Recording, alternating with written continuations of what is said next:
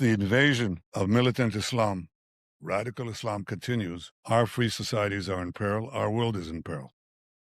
If the regimes that harbor it and promote it acquire nuclear weapons and the means to deliver it, every one of your cities will be under threat. Every one of your societies will be under threat. And what Israel is doing today is not merely defending itself, it's defending you. I want to welcome all of you, and I hope to meet all of you. There are here also the family of the late Yaron Lishinsky, who, along with his betrothed, these wonderful, truly beautiful people, beautiful couple, mowed down by this anti-Semitic hatred in Washington, right next to the Holocaust Museum. And we forever remember the ones that were fallen. And we committed to bring back our fallen heroes and also all the hostages that were taken. And people didn't believe that we'd get the 20 live hostages. With President Trump's help, we got them out. With our brave soldiers who went into Gaza, stuck a knife to Hamas, and they realized that their last stronghold was going to go. And President Trump stuck a diplomatic knife on the other side. We got the 20 hostages. But then we had to get another 28 deceased hostages. We got them all out, and there remained one, Ronnie Greeley. Ronnie Greeley, from the special unit in the police, who fought not only with a broken arm. He was shot twice, and he kept fighting. And he killed 14 terrorists alone. And then he died. And we said we'd bring him back. He was the first to come in. He's the last to leave, a hero of Israel. Ronnie is back. There are no more hostages in Gaza. Tremendous achievement for our heroic forces, our soldiers, our commanders, none like them. Over 20 years ago, I was finance minister of Israel. I was invited to a university in Holland. It's a very good university. It had focus on business, and they were giving this Economic Man of the Year award. For some reason, they chose me, so I went there. There were about 1,000 Dutch students. Shortest one was 6'6". Young guys. And I gave my talk. I talked about the free market reforms that we did here. And then came the question and answers. And the first one rises, and he says, Prime Minister, what can we do about the Muslim minority in Holland? I said, I dodged it, Wanted to talk about reforms, economic reforms. Okay. Second one rises. Prime Minister, you didn't answer the question. What can we do about the Muslim minority in Holland? I dodged that question. And so it went on. And after this session ends, I walk out with these two young Dutch students, 21, 22 years old. And I asked them, why did they ask me about this? And they said, Prime Minister, we are the most liberal country on the planet. We accept everyone. Black, white, yellow, brown, green, any color, any faith. Gays, straights, transvestites, anything. But in this minority, there's a radical fringe. And it's different because we want to accept them, but they don't accept us. They want to impose Sharia law on us. They want to eradicate Holland as we know it. This is over 20 years ago. These young kids, and what they said was something prescient. They could see that our common, free, democratic civilization is under threat. And it's since been invaded. Every country in Western Europe and in America. It's being invaded not by people of a different color, a different race, a different faith. That's not the point. It's people with a focused ideology. And the ideology is to destroy the West. And for this purpose, they've made common cause with the most ultra anti-Western progressives, and they have united. And they supposedly should disagree on everything, but they don't. because they want to destroy the West as we know it. And they agree on one thing.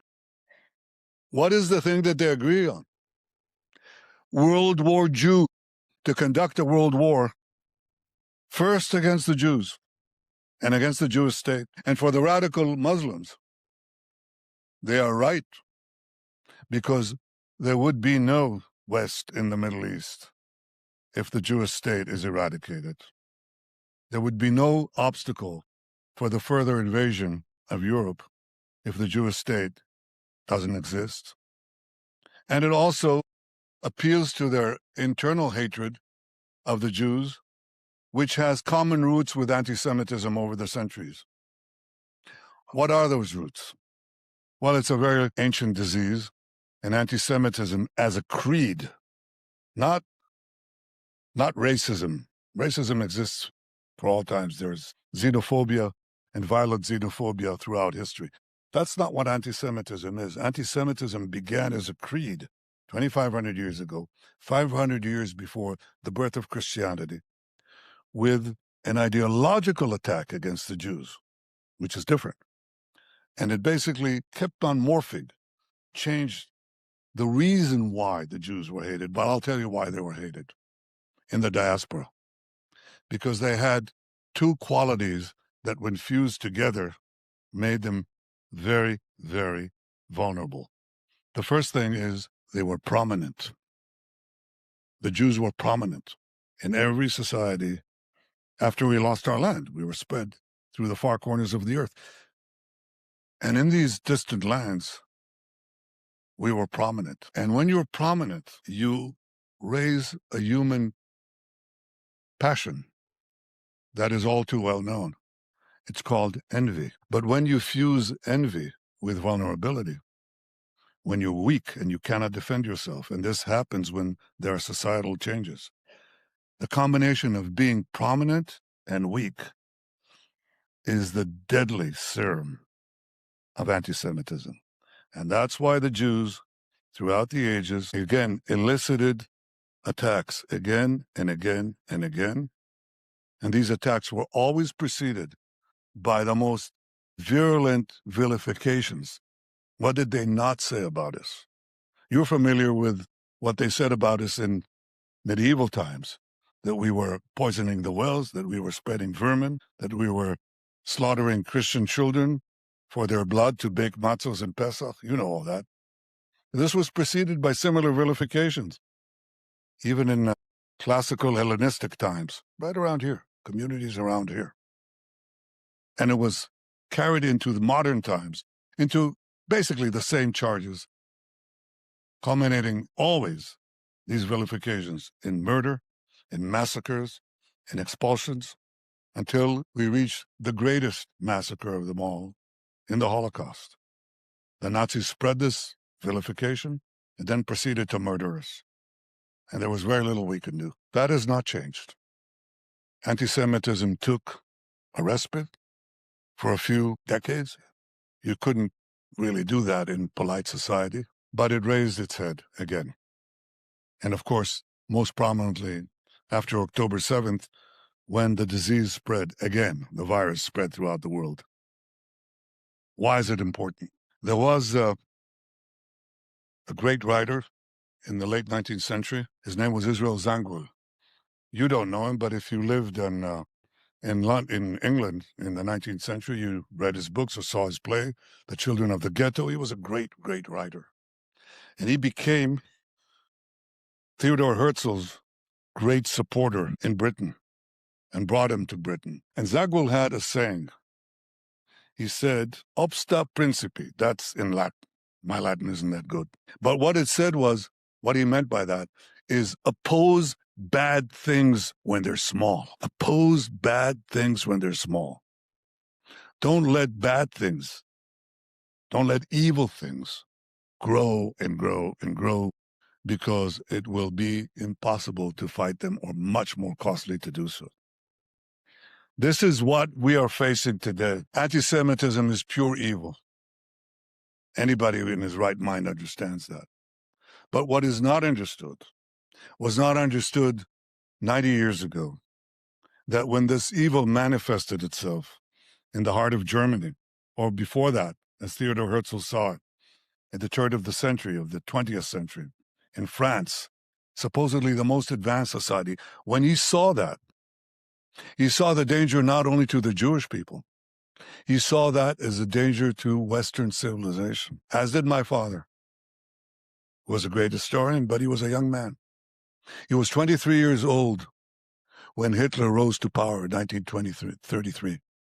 And he said that Hitler's racism will not only cause a Holocaust, the word he used, a Holocaust of the Jewish people, it will destroy the world. It's the hatred, the evil that will spread unopposed, and that we must harness the people of the world, the people of the free world, to understand that if it's not stopped here, the darkness will spread everywhere. This is what we face today. This is what Amichai Shikli just said. It's not just a Jewish problem. It is, of course. It is. But it's humanity's problem. It's the world's problem. And we must fight it. And I salute all of you who came here today, because our goal is to fight, fight, fight. And our cause is to win, win, win. This is what we're here for. And we must do so because if the invasion of militant Islam, radical Islam, continues, our free societies are in peril, our world is in peril. If the regimes that harbor it and promote it acquire nuclear weapons and the means to deliver it, every one of your cities will be under threat. Every one of your societies will be under threat.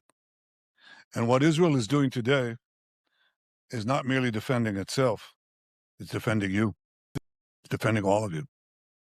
And I'll tell you what the difference is. The difference is that in our centuries of exile, we could do nothing against these vilifications except flee, because we could not fight.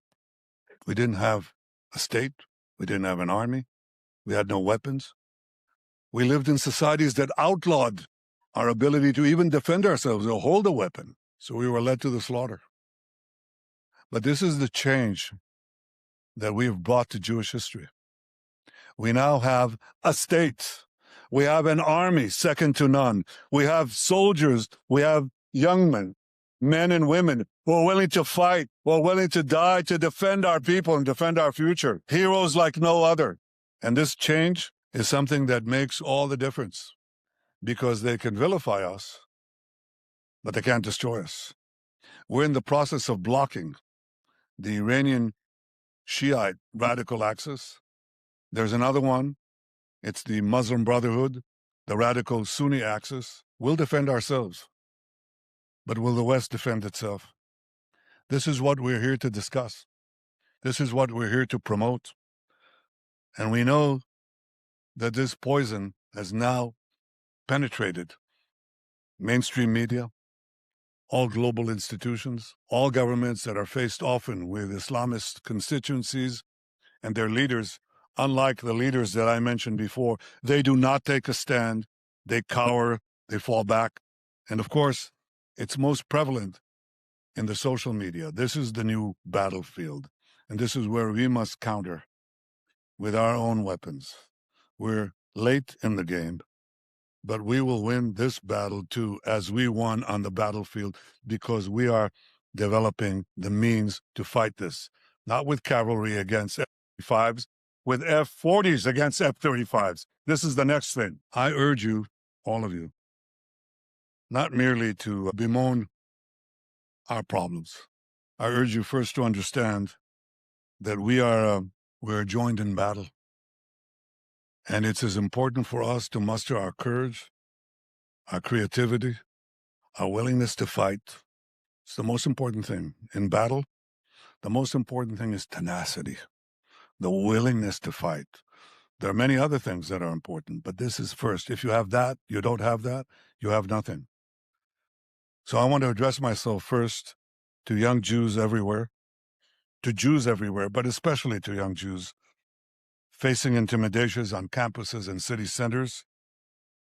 I say to them, don't be afraid, don't cower, don't bow your head, speak up, stand up, fight back, because this is how we endure. We fight and fight and fight. And to the leaders in this hall and to the world, I say this: history will not remember those who merely denounced hatred in polite language.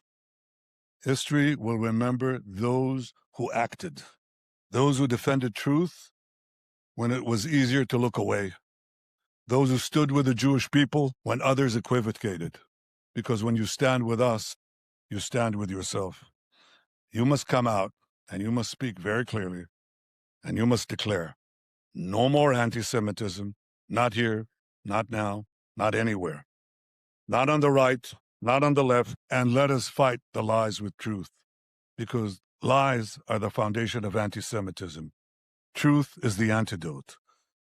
May the light of truth shine from Jerusalem, and may we meet again next year in the third conference in a better, brighter, and more truthful world. Remember, if we fight, we win, and we shall win. Thank you.